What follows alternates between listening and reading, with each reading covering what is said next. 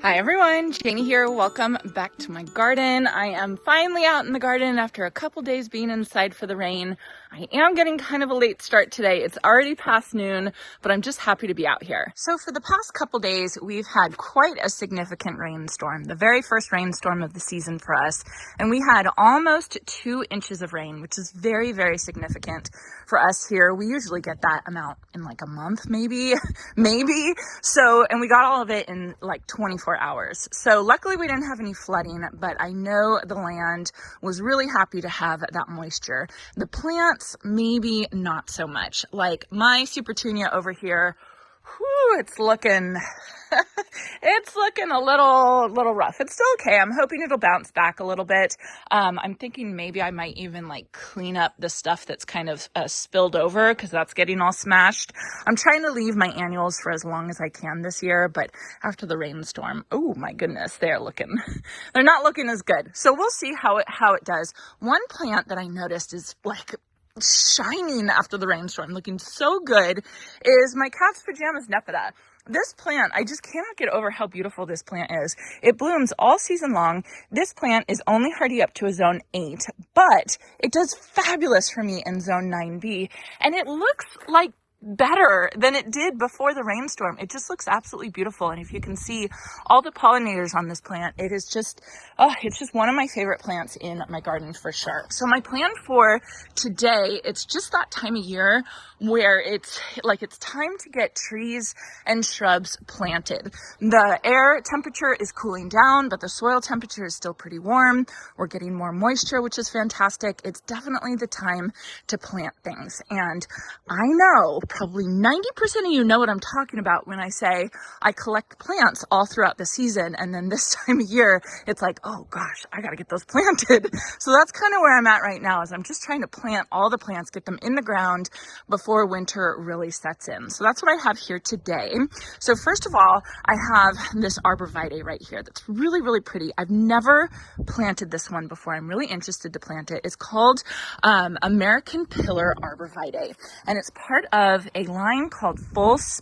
I've never heard this before, but I thought it was really neat. And I looked it up, and Yulia from Y Garden, she's planted this in her garden.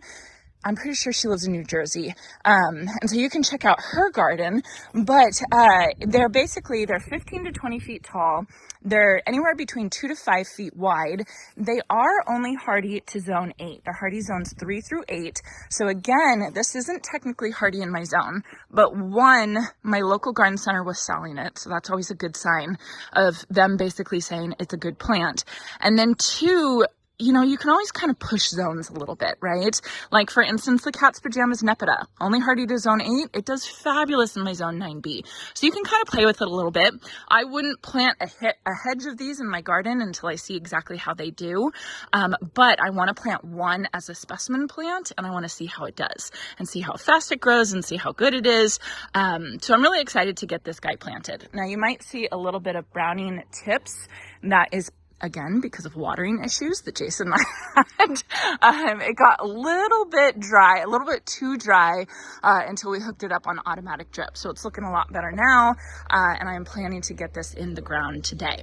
Another plant that I'm planning to get in the ground today is this gorgeous, gorgeous plant. This is another Bambino bougainvillea, and I have planted the orange, variegated orange over here.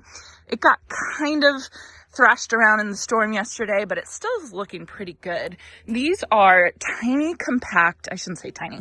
They're compact for normal bougainvillea. Normal bougainvillea, it just goes absolutely everywhere. And these Bambinos stay about 2 to 3 feet tall and wide. You can see it's a little bit bigger than that. Maybe it's a little smashed down from the storm, but once I planted this guy, I've done absolutely nothing to it. And it flushes out with blooms, and then it kind of fades, and then it flushes out again, and then it kind of fades. But it's just so pretty, and I'm enjoying this plant so much. And at the same time, I got this color, which is called claret red. And oh my goodness, isn't that beautiful? It reminds me of a Barbara karst bougainvillea, but these guys have variegated leaves. So I want to get this in the ground. It is only hardy zones 9 through 11, just so you guys know. So it's kind of borderline here. Bougainvillea is kind of borderline here where I live, and a lot of people will protect them if we get a heavy frost or a freeze or anything like that. But they usually work pretty well for us. So I will be planting that, and I'm very, very excited about it. The third plant I have to plant today is this guy right here. I actually got this guy in the spring. You guys have probably seen this one because I think a lot of people plant this one. This is called Opening Act Ultra Pink. It's a perennial phlox. Gets about, what does that say, 22 to 28 inches tall. And then what is the hardiness zone here? Hardiness zone is 4 through 8. So this guy I am pushing. However, I am kind of concerned about this guy because when I first got it, the leaves kind of turned yellow when it was in its can, and I probably should have planted it out. I have like 5 of them. I didn't know where to plant it out, and so I've kind of just been holding them and thinking, maybe this plant isn't the right plant for my garden. However, then I remembered this morning, I have a trial garden bed. So this is my raised garden bed that I did not know what to do with it, and my friend Michael Glassman gave me the great idea to use it as a trial bed. So basically plants that I'm not totally sure if they're going to work in my garden, but I can kind of try it out and I can see how they do. So when I was looking at the phlox, I was thinking, why don't I just put some of them in the trial garden bed? And so if they turn yellow or if they don't do really well or they burn in the sun, it's no big deal because it's in the trial garden bed. And that's what was holding me back from planting those out, is I wasn't sure if they were going to work in my garden, and I didn't want to take up some really great space for a plant that I wasn't sure was going to work. The phlox, I think it is so beautiful when I see it in other gardens, and especially the Opening Act series is really, really bright and really saturated colors. So I definitely want to try it in my garden. And as soon as I made that connection, like, I should be planting this plant in my trial garden, I'm really excited to get it in there. So those are the 3 plants I am planting today. Now I have to kind of decide where I want them to go. So for the American pillar, I was thinking right over in this area. This area is getting kind of reworked right now because we are putting a new pathway in with the arch. That is the final resting spot for the archway. So I can kind of work around the archway, and I was thinking it would be really pretty to have some evergreen interest in this area that's kind of flat, right? And so this will give some really beautiful height. And I was thinking about putting it over here on the left side of the archway, still far enough away so I can plant a rose. I'll probably have to move it over a little bit. Is that going to be enough room? It might not be enough room. Hold on. Okay, after a bit of measuring, I think that this is the perfect spot for the American pillar arborvitae. So it's close enough to the arch where it's giving some structure to the arch, and so the arch isn't like floating in nothing, basically. I want the arch to look like it's kind of nestled into this area, so I think it'll be perfect right there. And then there's still enough room where I can plant a rose next to the arch, and it won't encroach on the rose. The rose will be fine growing right there. It's also far enough away, like I would like to plant it a little further back, but I don't want to get too close to my semi-dwarf lemon tree. I want to make sure that guy has plenty of room. So I think that that is the perfect spot right there. I still have a lot of things I need to transplant in this area and kind of move around, but I definitely want to get this guy in the ground. So let me go ahead and plant this right now.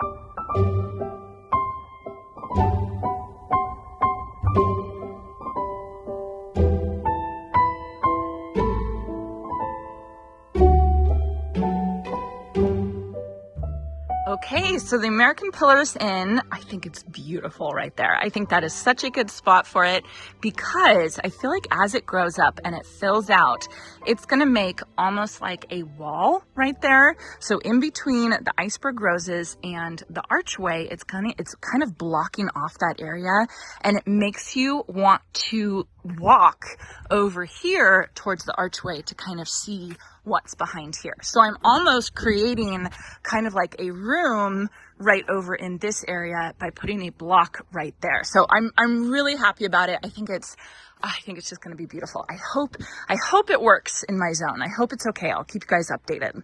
I did have to move one nepeta. This is another Cat's Pajamas nepeta. I just had to move it over just a little bit, and it was very easy soil to dig in, except there was a massive anthill right in the hole. And you guys know how that is. Oh my goodness. I see the ants and they're all, going everywhere. They're climbing up my shoes and going up my pants. And it's just so frustrating when you hit an ant hole, or an ant hill. I feel like there are so many ant hills in my garden right now. It is what it is, right? Okay, so that guy is planted. I used starter fertilizer. I still need to water it in, and then I have it hooked up to drip. I'm doing 1 gallon per hour on that one. Now I'm going to move on to the claret red bougainvillea, Bambino bougainvillea, and I was thinking of where I was going to put it. I think I know the perfect spot though, and that is right here, right on this berm. So Jason and I made this area right here where these 2 trees are planted. We made this area into a berm. We basically piled up a whole bunch of soil because our garden is so flat. We need some interest with a couple berms everywhere. I love it. It's great. The only problem with having a berm is the watering issues that comes with planting in soil like that. I am having a really, really hard time, or I have had a really hard time keeping this pink cashmere and this alyssum watered all season because the water just kind of soaks down into the pile of soil so quickly. It's really, really hard to keep it, to keep these plants happy. So bougainvillea to the rescue, because bougainvillea doesn't like a lot of water. It hates sitting in water. It likes neglect. It likes kind of harsh conditions. So I think planting it kind of up this berm is going to be absolutely perfect for it. It's going to be really happy because it's going to have such great drainage right there. It's never going to get too much water, and I bet it will bloom quite a lot. I think it will be absolutely perfect right there. So I'm going to have to take out some of these plants, which I'm okay with. I'm going to take out the alyssum, which it looks beautiful right now, but that's just because we just got this rainstorm. It's been struggling because of the water issues kind of all year. So I don't really feel bad about taking this out.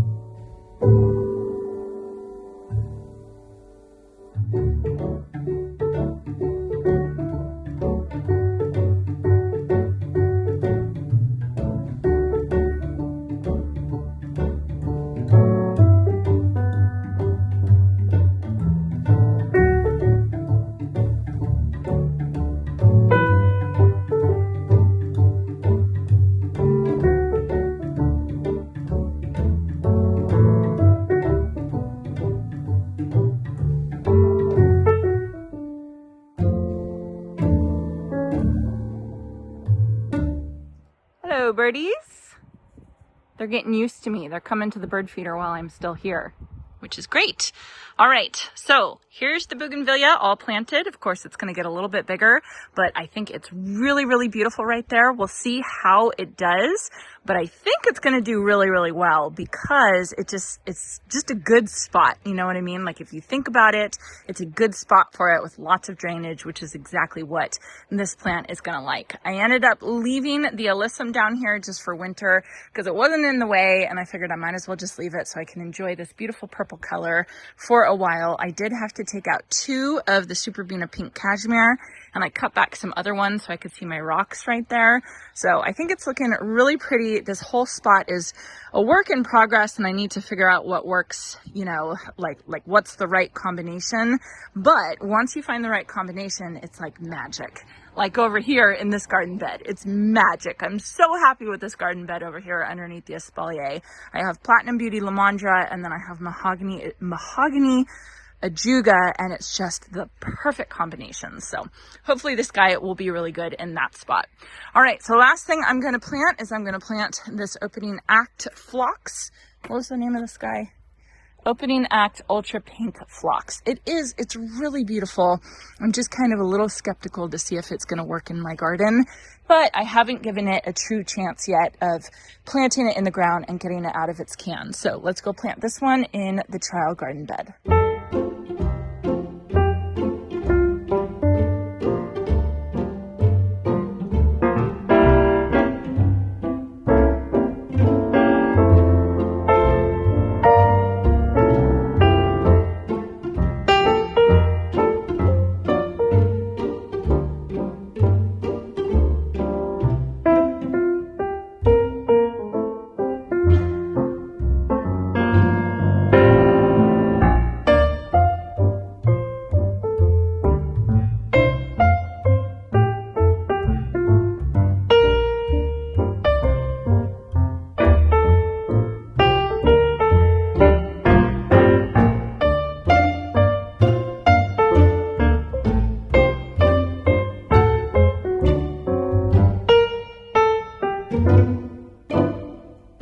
So everybody cross your fingers for this little guy. I hope it works out. I would love to plant more of these ultra pink phlox in my garden because it's just such a beautiful, beautiful color. I'm just interested to see how it's going to do with our heat and with our lack of water. I'm just, you know, we'll see. So my plan is to leave this guy in here for at least a year just to see how it does over the winter and how it does in our summer and how long it blooms for and all that kind of stuff. And I will, of course, report back to you guys. So I think that's the really fun thing about this trial garden is I'm going to try so many different plants and see how they do. And, you know, it's kind of a spot in my garden that I don't have to feel bad about a plant failing if it's not going to work in my climate, because that's what this trial garden is specifically for. So I do have to hook this guy up to drip, and I will keep you all updated on how it does. So that's going to be it for my planting today. I'm happy with what I got in the garden. I still have lots more plants to plant. I have lots more plants to transplant, so still lots to do for fall. Fall is always such a busy, busy time of year in the garden. You don't expect it to be busy, but it actually is really, really busy. So anyway, I hope you all enjoyed this, and I hope you all have a chance to get in your garden today.